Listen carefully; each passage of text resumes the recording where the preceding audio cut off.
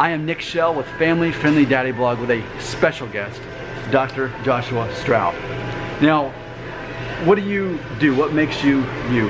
As far as you got your own YouTube channel and blog. Yeah, tell everybody about that real quick. So got a young YouTube channel and blog. The blog is way more, it's older, not as young as the channel. The channel and the blog are basically I say we, my wife and I, we do a lot of marriage and family education, enrichment, family wellness, that type of thing. Because I want to be a great husband. I also want to be a great dad.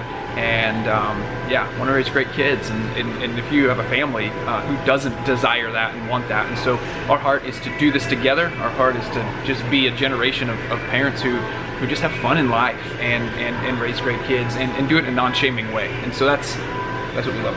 Definitely, and I love that.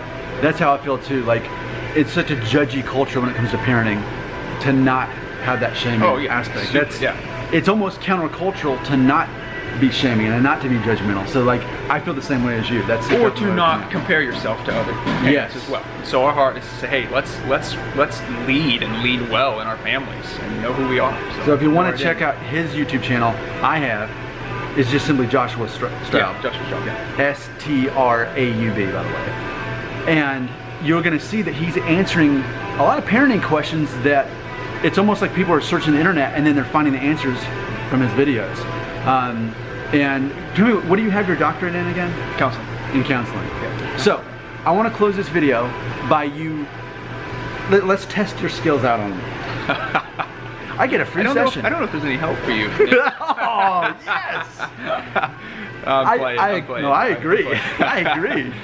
So, one of the videos I made recently, I talked about, it was called something like, how to be confident without being arrogant. And this is how I work. I'm not saying that this is right or wrong, but I'm saying this has helped me tremendously in my life as an adult, as a dad, as a father, as a writer, and as a YouTuber. I've come to the point where pretty much I've made a conscious decision, a breaker switch that I turn off, and I take control and I realize, as far as my emotions, I am the captain of that ship. I control my own emotions. I decide who gets to be in that inner circle of people who can hurt me, insult me, and offend me. I say it's a personal choice, just like forgiveness. It's always a choice to forgive someone.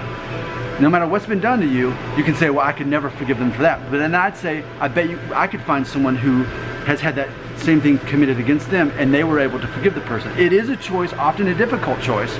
I think the same thing applies when it comes to who you allow to emotionally hurt you. You can ultimately decide, am I going to let that person who, as I'm driving the interstate and they flip me off or whatever, am I going to get upset about that, or I'm going to not let that hurt my day? I say it's a choice. Whether it's someone you don't know on the internet, whether it's someone you don't know on the interstate, or whether it's someone you know close to you in life. And of course, that's the challenge. The more you know the person, the harder it is to not. But even as a father and husband, I've had to make that decision. I get to control how much I take things the wrong way, even for my own wife. And it's challenging.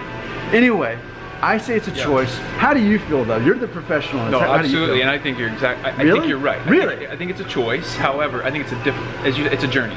Yeah. It's a very difficult journey. And the journey is, it's moving away from me to the other person.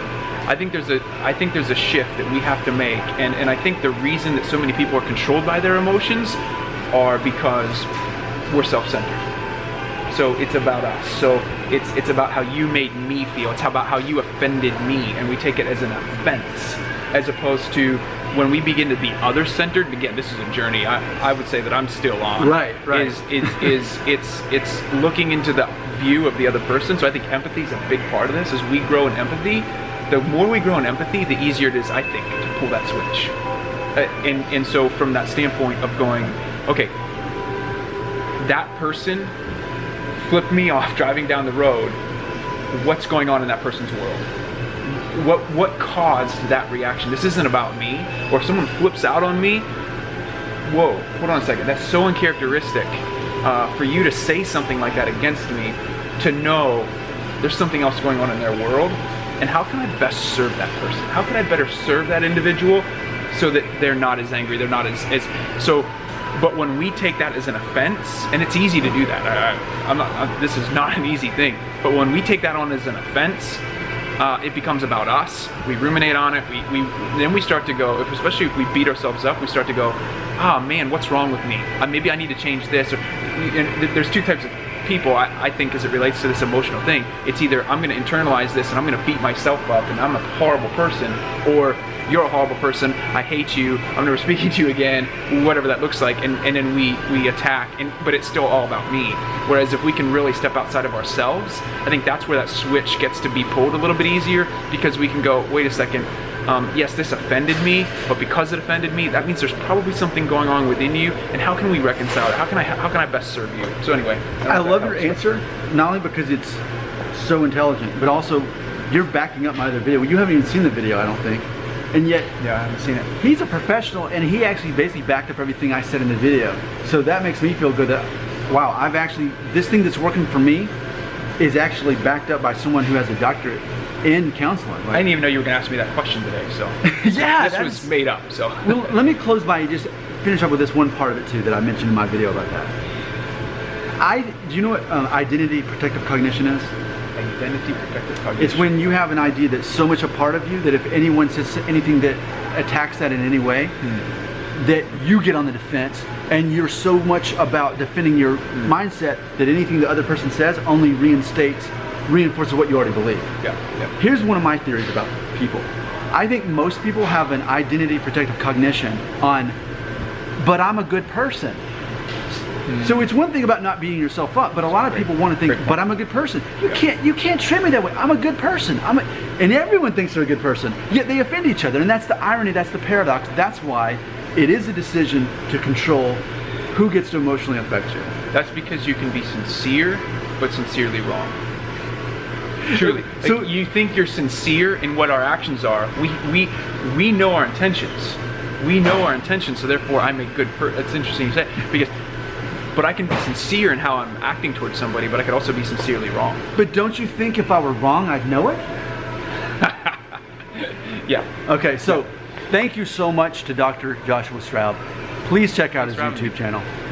Joshua Straub. That's the simple name of the YouTube channel. Thanks for having me. Thanks for doing this. The guy knows what he's talking about.